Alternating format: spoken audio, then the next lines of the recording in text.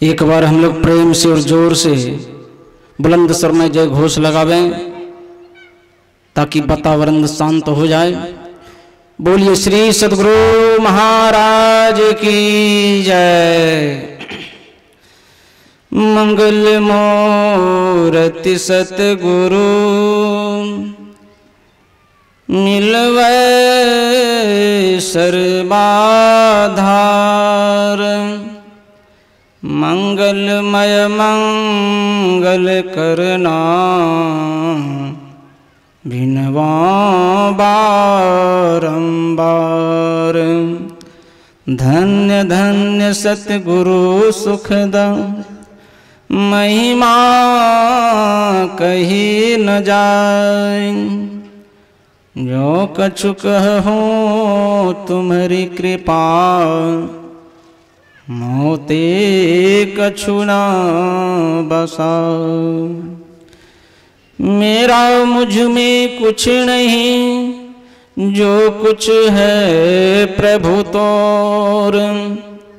तेरा तुझको सौंपता क्या लागत है मोर, क्या लागत है मोर।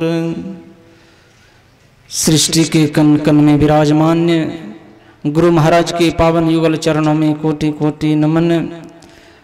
अपने आवास में अवस्थित संत मत के सिरमौर पूज्य श्री के पावन युगल चरणों में कोटि कोटि नमन। व्यक्त रूप में मंच पर विराजमान परम पूज्य पाद स्वामी रामलाल ब्रह्मचारी जी महाराज के पावन युगल चरणों में कोटि कोटि नमन। मंच पर विराजमान पूज्य स्वामी लालन जी महाराज के पावन युगल चरणों में कोटि कोटि नमन। मंच पर विराजमान पूज्य स्वामी शाही शरण जी महाराज। मंच पर विराजमान सर्वशक्तिमान सम्मान्य पूज्य महात्मागण, जिला पदाधिकारीगण, विद्वतजन, सत्संग प्रेमी माताओं, धर्मपरायणा भक्तिमती बहनों, सबके अंदर बैठे हुए परमात्मा को मैं अपना प्रणाम निवेदित करता हूँ। श्री सद्गुरु महाराज की जय। आज का विषय बहुत ही गंभीर विषय है। यह मनुष्य का सीखने योग्य विषय है। जो आज इस विषय को समझ लेंगे तो जीवन में कुछ कर ही लेंगे वे। जो अभी हम लोग सुन रहे थे पूज्य हमारे विशेषरानंद जी महाराज के मुखारबिंद वाणी से कि विष्णुदेव बाबू ने जो यह सत्संग कराए हैं, इनके घर में लाल का उत्पन्न हुआ है, उनके शुभ अवसर पर कराए हैं। उन बच्चे का सौभाग्य है। वे बच्चे धनवान घर में क्यों जन्म लिए? पहले उन्होंने भक्ति भजन किए थे और कहीं योग भ्रष्ट होने के कारण वही जीव जो है श्रीमान कुल में जन्म लेता है और उन्हें जन्म लेने के समय से ही उन्हें भक्ति का मार्ग प्रारंभ हो जाता है। जब आया तो देखिए भक्ति लेकर कहीं आए और सारे परिवार गांव समाज को दिखा दिया। इसलिए तो कहते हैं प्रभु के नगर बड़ सुहावन, गुरु के भजन करूं रे। ललन रे तोहरा के भइल बड़ भाग सुंदर, तन मानव मिलल रे। बबुआ रे तोहरा के भइल बड़ भाग सुंदर, तन मानव मिलल रे। ये तो और ज्यादा है, लेकिन उस बच्चे का देखिए कितना बड़ा भाग है। और आज का विषय भी वैसे ही है जो हम लोग रामचरितमानस सारस्वतिक सप्तम सोपान से पाठ को श्रवण कर रहे थे। जीवन मुक्त भ्रम पर चरित सुनहि तज ध्यान, जे हरि कथा न करहि रति, तिनके ही पसान। ब्रह्मपद तक पहुँचे हुए जीते जी मोक्ष प्राप्त किए हुए संत महापुरुष जो समाधि में उस चेतन धारा को पकड़कर परमात्मा में लीन रहते हैं, ऐसे महापुरुष जब सत्संग के नाम को सुनते हैं तो अपना समाधि तोड़ करके वे सत्संग और चरित्रों के वचनों को सुनने के लिए चले आते हैं, ऐसे महापुरुष। इसलिए हम और आप भी मनुष्य शरीर पाए हैं, बड़े भाग्यमान स्तन पावा, सुर दुर्लभ सब ग्रंथ ही गावा, साधन धाम मोक्ष कर द्वारा, पाई न जहीं परलोक समारा। हे भाई, यह जो मनुष्य का शरीर मिला हुआ है बड़े भाग से मिला हुआ है। बाबा भी सुना रहे थे ना, कितना जन्म कितना योनियों को बदलने के बाद मनुष्य शरीर मिलता है, और एक बार मनुष्य का शरीर छूट जाने के बाद पुनः मनुष्य शरीर जन्म लेने के लिए आपको संतों के मुखारबिन से मैंने सुना था कि पुनः 200 अरब वर्ष लगता है उनको मनुष्य का शरीर पाने में। सुन लीजिए, इसलिए उतना कष्ट को हम लोग नहीं करें, क्योंकि इस मनुष्य का शरीर को पाने के लिए देवता लोग भी ललायित है। वे तो पुण्य किया है तो स्वर्ग गए हैं, जैसे उनका पुण्य छीन हो जाएगा, समाप्त हो जाएगा, वह देवता जो है नीचे चला आएगा, इस पृथ्वी पर मृतलोक में आएंगे और फिर वे 84 में भटकेंगे।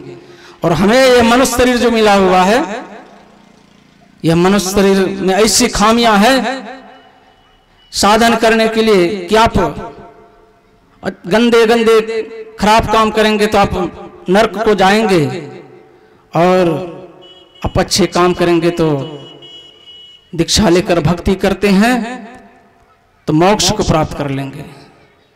वो कैसे होगा? जो जब से जिंदगी में आप इस संसार में आए तब से अगर भक्ति भाव करते रहेंगे तो अंत समय में भी वही प्रभु परमात्मा का याद आएंगे और शरीर छूट जाएगा। हम लोग 1 तारीख को थे खगड़िया जिला में चोड़ली ग्राम में। उनका एक माताजी थी, उस शरीर छूट गई है। उनके लड़का था दरोगा, वे दिल्ली से फोन किए थे हमको कि बाबा से थोड़ा बात करा दीजिएगा, मेरी माताजी का तबीयत बहुत गड़बड़ है।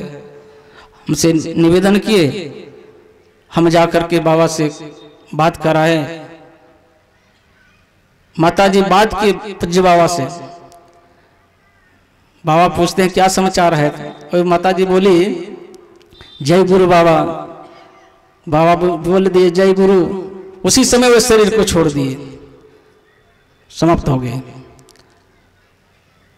भाग्य है, सब ऐसे नहीं हो सकते। जन्मों जन्मों से उन्होंने भक्ति किए होंगे, तभी तो अंत समय में नहीं आ सकता है। नहीं तो कहते देहावसान समय चित्ते यद्यद् विभावे तत्तदेव भवे जीव इत्येव जन्म कारणम।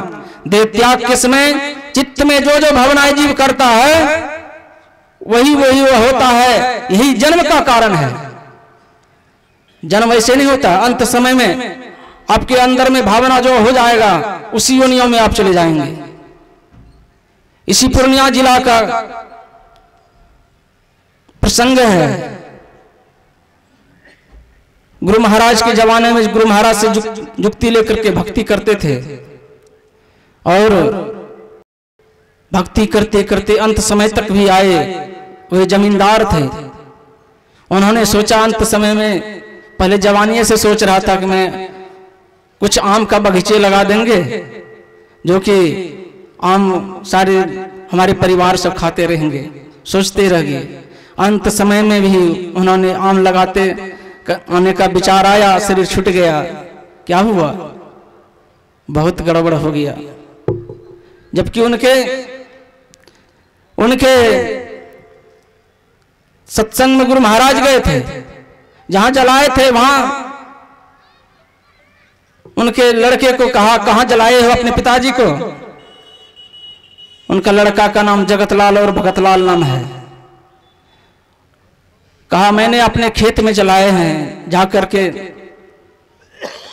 दिखलाए थे। चूंकि मैं जल्दी से इसलिए कह रहा हूं, समय मेरा पुरने जा रहा है।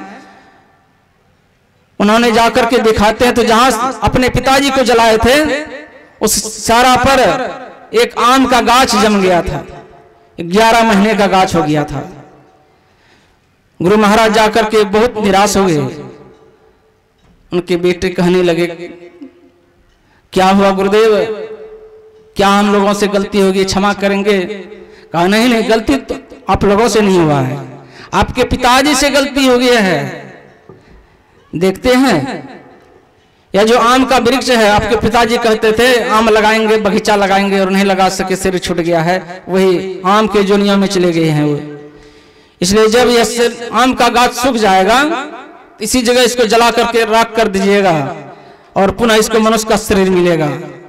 तो जो जीव जैसा सोचता है अंत समय तक में वह उसी योनियों में चले जाते हैं। इसलिए हम लोग अंत समय तक परमात्मा की भक्ति के विषय में सोचते रहेंगे तो एक ना एक दिन निश्चित रूप से जीव का कल्याण और उद्धार हो जाएगा। मैं इन्हीं वाणियों के साथ अपनी वाणी को विराम देता हूँ। श्री सद्गुरु महाराज की जय।